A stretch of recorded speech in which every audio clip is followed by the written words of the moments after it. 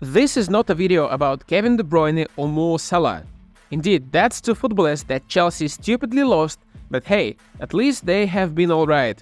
This video is about three talented young players who were tipped to do great things by Jose Mourinho himself, but life can be unpredictable and sometimes cruel. The special one has never had a reputation of someone who gives young players a platform to grow. If you look at his teams across the years, he clearly prefers proven footballers. However, he once publicly took a gamble on the futures of three Chelsea kids.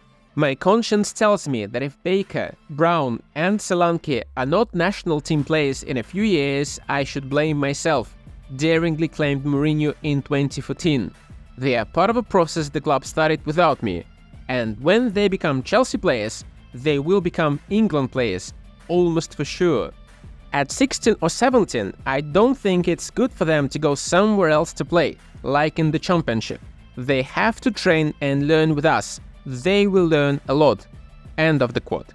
At the time, 19-year-old Lewis Baker, 17-year-old Izzy Brown, and 16-year-old Dominic Solanki would go on to play 30 minutes combined for Jose Mourinho and make 4 first-team Chelsea appearances among them.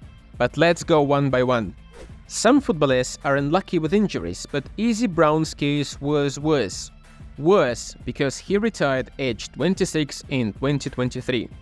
Following a single first-team appearance for Chelsea that lasted a grand total of 11 minutes, he did what almost every young Chelsea player ever did: went on loan. Vitesse, Rotherham United, Huddersfield Town, Brighton, Leeds, Luton Town and Sheffield Wednesday.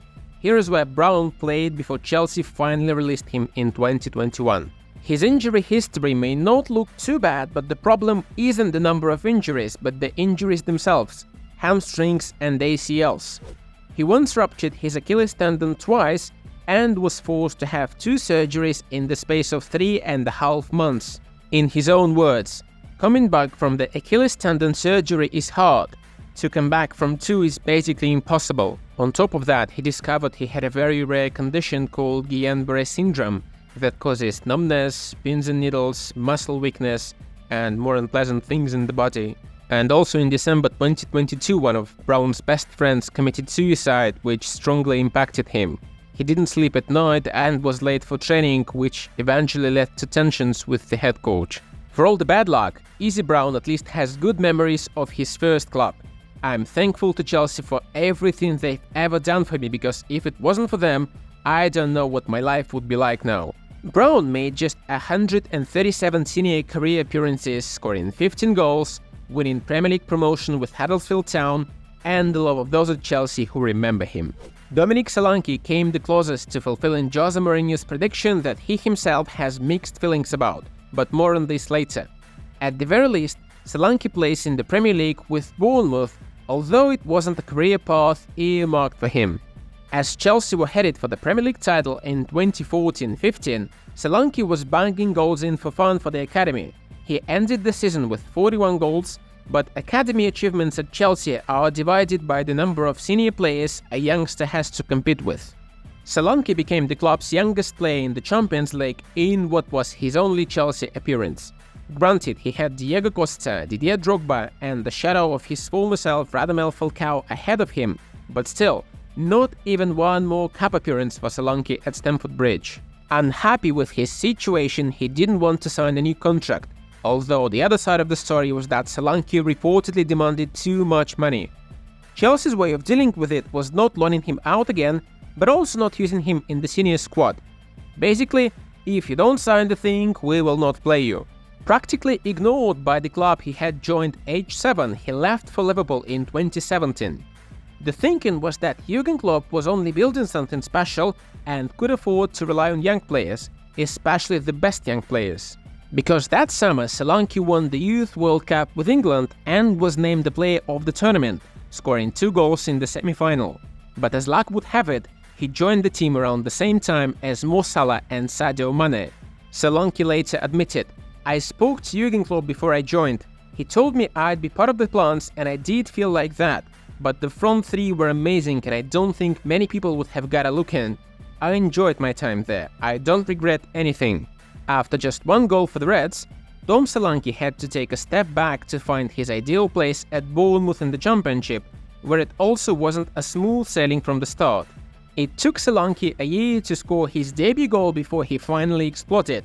15 goals and 11 assists in the Championship in 2021, followed by 29 goals and 7 assists in 21-22.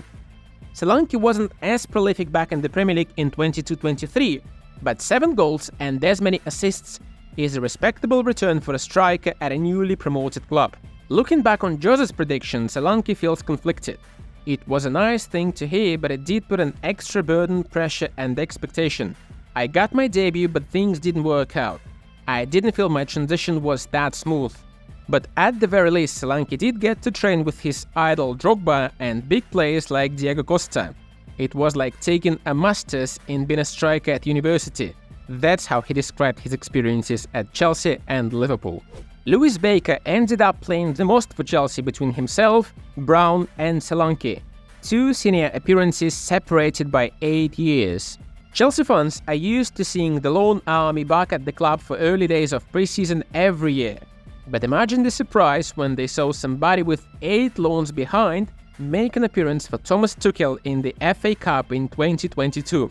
The only familiar face for Baker in that squad was Andres Christensen, and incidentally, Baker replaced the Dane for the 31-minute cameo in the 5-1 victory against Chesterfield.